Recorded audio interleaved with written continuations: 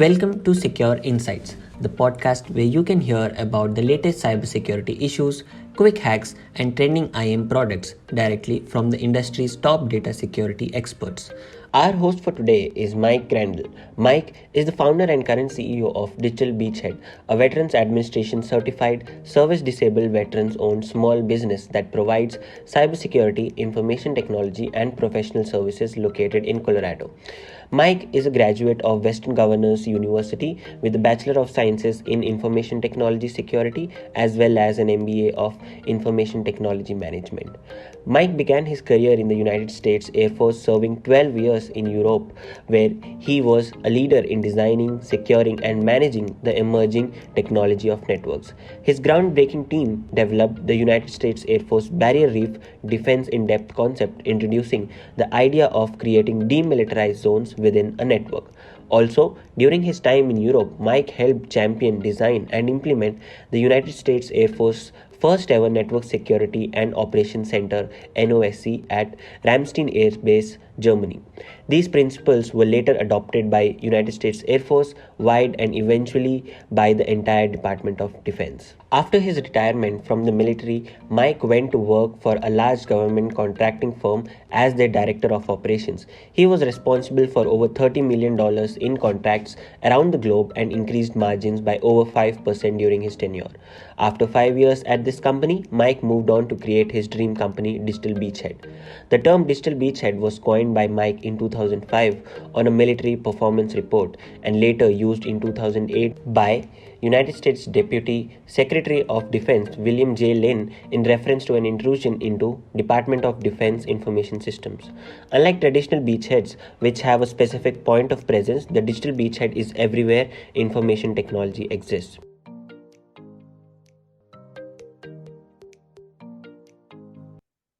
Hello everyone. Welcome to Secure Insights. Today with us we have Mike from Digital Beachhead.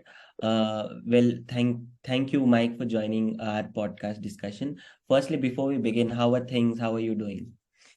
Doing well. Life is good and getting ready for the new year. It's Great, exciting times. great. It's the holiday season coming along, and the new year is also around the corner. But today we are here to discuss about social engineering, right? Social engineering is a ticking time bomb, and we have seen various threats, various breaches led because of, social engineering attacks. So, firstly, before we get started, let's get down to the basics, right? For our audience who don't understand what social engineering is, can you please explain us what is social engineering and why is it a cybersecurity threat? Yes, absolutely. So social engineering is using those technologies and techniques to use what I would like to say are better angels against us. The human flaws that we have to help, or there's an emergency or some sort of crisis that those other bad actors use to get us to take action when we might otherwise not. Yep, I think that pretty much sums it up for our audience to understand what it is. But moving on, right? What are some common social engineering attacks? And can you share any stories that you have, right? That our audience might make, which will be helpful for our audience and in understanding what exactly and how does a social engineering attack unfold? Yeah, the most common social engineering attack is a phishing email. You get the email and it's like earn a free cup of coffee by clicking here, or do you like kittens? And if you love kittens, click here. A common one that's been going around, especially this time of year when we think about Christmas time or the holidays, especially in the US. We had a client that before they were a client, the executive assistant to the CEO got an email saying, "We did really well this year. Our company did great. Please buy some Amazon gift cards, scratch off the numbers, and email them back to me." Little did she know, it wasn't actually the CEO. It was a phishing email. And so she was being all secretive and quiet, trying to do the right thing and help out the CEO and give the people a great Christmas party with these Amazon gift cards. But they were actually scammed out of quite a bit of money. Oh, that's a very interesting story that you tell us. I think we've also had instances of the Nigerian prince sending us over $1 million and that being I'm done. still waiting. And I'm still waiting for my $1 million to come through. Yep. I think we'll all have seen phishing emails here or there in our inboxes. But what are some principles of social engineering attacks, right? For audience also to figure out that they're actually being phished and this is not actually a Amazon gift card voucher that you're receiving. Some of the things that we like to say is definitely train your users. Your users are the first sensor on every network. So they're the ones that will receive those emails. So they need some consistent training, not just a once a year, this is what you should look out for, but some sort of monthly reoccurring training. And the users should be trained to look out for suspicious domains coming where the email's coming from.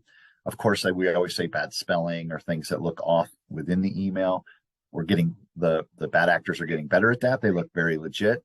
So don't click the link in the email. If it's here's a free gift card, click here, go to Amazon and see if you received that gift card. Double check. And then double check with the source. Your CEO says you did a great job this time of year. Here's a gift card. Send an email and saying, did this come from you? Are you really giving us a gift card? Curiosity is my best defense against social engineering. Is be curious, be aware, and know that they're using your trusting nature against yourself. So kind of take that to heart. I think, yeah, trust plays an important factor here, and training for sure. I mean, security awareness training for employees should be regular and not just like for the sake of compliance and for regulation purposes, you're doing that. But yeah, normally we feel that social engineering attacks are just phishing emails that you receive with some spelling mistakes, trying to win over your trust and get things right. But when we look at behind the scenes of how a social engineering attack happens, it's more sophisticated than what we think it is. What is your opinion of that, and what do you make of that? I think originally we had those Nigerian prince emails. They were simple. They just went out to everyone. But they have gotten more sophisticated. We use HTML in our emails, meaning that it looks like a web page. So the links are hidden and you can just click on a button now. And that makes it more difficult because I can go out to a website, steal a bank's logo, and help create an email that looks very much like it came from the bank. And they're getting smarter about how they spoof the emails. And that means make them look like they're coming from someone else. So it just doesn't say, at hacker.com. It actually looks like it's coming from a legitimate site to you. So there are numerous ways that the cyber criminals have increased their ability by just tweaking and getting a little bit more adept and changing what the emails are. Yep. I think, yeah, we've seen very sophisticated attacks so far. I think people have moved on from the Nigerian prince, have gone on to better terms, so to use when trying to phish users here. But coming to organizations, right? Every organization has this problem of filtering these phishing emails. And what are some strategies that you advise organizations, right, when it comes to phishing attacks? And what are these strategies to prevent your organization from being a victim of these social engineering attacks? Absolutely. There are some great toolkits, cybersecurity and email toolkits that will allow to an example, the CEO email being spoofed. If the email came from outside of your organization in looking like it's from your CEO would not be emailing from a network outside of your organization. So it could take those and say, that's not really your CEO. He sits inside your organization. The email won't be coming from external. It can look for known malicious links or bad software within the email. And a easy one that a lot of people don't use is actually removing HTML from your email, allowing only clear text so that you do get to see the actual links, and it might not be as visually appealing with all the buttons and things, but it will give you the true email that was sent to you. Yeah, I think HTML is a very important factor here because we like our emails to be fancy, but I think we'll have to get over it and probably look at better ways so as to not be phished. But in organizations, right, we also have many people being phished on a daily basis. Probably the count is very high for us to make sense of. But who is usually a victim of these social engineering attacks? Do you see a pattern, so to say, on who gets phished the most or easily, so to say? Yeah, there are really three types of the phishing attacks. There's the general phishing, which they don't have a target audience. They just, here's a picture of a kitten. Someone might like a kitten. We hope someone will click. Then there's the spear phishing where I'm targeting you or your organization. So I've kind of given more information in myself about what you like or what your organization does. So I'm kind of tailoring it to you. And then there's the whale phishing where I'm going for the big senior targets. I would say there's no one specific person or personality type. We all can be fooled, and it really depends on how they fish you. If it's a general fish, you're going to miss 98% of the market. You know, people are just going to go, oh, that's a fish, or I don't know who that is. But they only need a few to make it profitable. On the spear phishing, I looked at you and I know who you are, and I have something tailored that I think you're going to like. So, and then the whale fishing is the similar to spear fishing, but it's just a bigger target. Yep. I think that explains how attackers have also categorized people to make to get people fished easily, right? So they have now, I mean, build their own strategy, so to say, to get people fished and get access to their resources. But based on your experience, right, we've been hearing about phishing for a long time. It's been an issue that security teams and also organizations have been facing and trying to also solve for it using various solutions. But based on your experience, right, to what extent can these technical solutions or technical products that are in the market can help defend from these social engineering attacks? I think they're a good percentage. The statistic now is something around 30 to 35% of phishing emails still get through.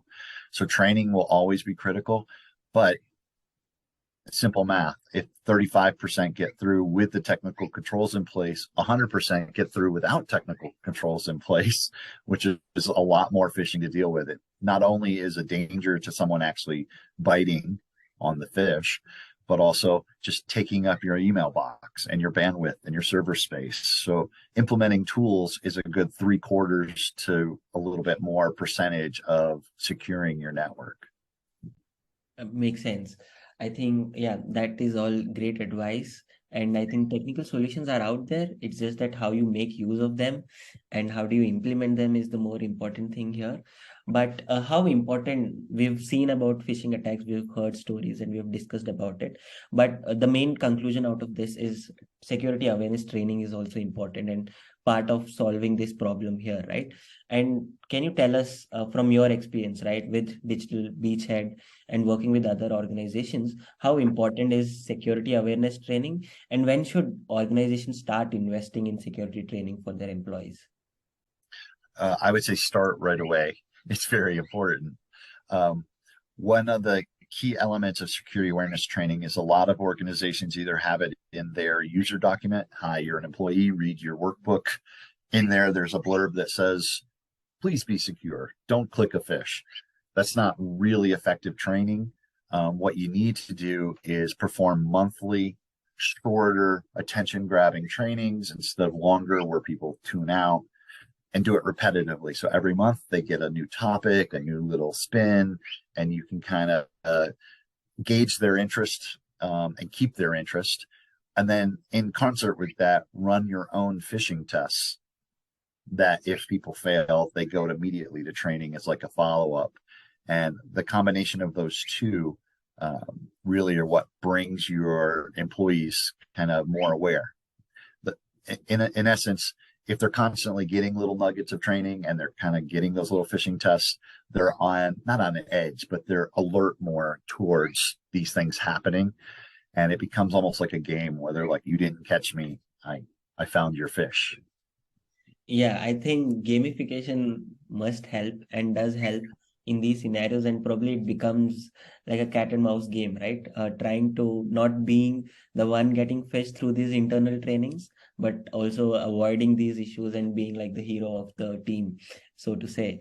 But yeah, I think that tells us the importance of security awareness training. But can you also tell us about Digital Beachhead and what do you do and what sort of security awareness training and other services you guys offer? Thank you. Yeah, so Digital Beachhead, we focus on the virtual Chief Information Security Officer offerings, where we come in and kind of join your team to be your security guidepost, if you will, to help you set up your security strategies, with one focus of that security strategy being awareness training for your employees. And we set up, as I stated, the best way to do it, so we of course try to work that way, is setting up those monthly trainings on varied topics. They're not just phishing trainings. They are a variety of topics on cyber awareness, from understanding what a phishing email looks like to why you wouldn't want to give out your password or why strong passwords are important. So it's a big variety of training so people don't get bored or just think it's the same thing again and again. And then we run phishing tests on a variety of topics, from look at the kitten to there's an Amazon package at your doorstep. Please tell us why, we need you to pick it up, or we couldn't leave it, or, something like that. We tailor them for the companies. And our overall goal is to just help those small to mid-sized markets that really can't afford their own cybersecurity team build out a cyber program with the current IT folks they have. Great. I think that's a great suite of services you offer for the segment that you're targeting. And I think a lot of listeners also probably might be interested in similar services, be it virtual CISO and also the security awareness training that you guys offer. But thank you, Mike. I think it was a great discussion where we discussed about social engineering attacks and security awareness training and how that can help organizations. Any parting thoughts before we end our podcast here? Yeah, I think we like to say the path to cybersecurity starts with a conversation. So either talk to us or, yourselves, but they should reach out and try to communicate and figure out what the next steps are for their organization. Yep, definitely. I think communication and having a conversation around security is important these days because the holiday season is already here. We are enjoying our holidays, but hackers out there are looking to attack our servers and systems. So being proactive and making sure these systems that we have set in place do their job rightly so and keep our organization secure is very important. But yeah, on that note, thank you, Mike, for joining us. And thank you, listeners, for tuning in. This has been Secure Insights, and we'll stay in touch and come up with a new episode sometime soon. But till then, take care. Thank you. Thank you, everyone. Thank you for listening. This episode of Secure Insights is brought to you by Sennovate, where we empower security innovation for organizations. Catch us on Spotify, Apple Podcast, and all other major platforms with interesting conversations and insights from top data security experts.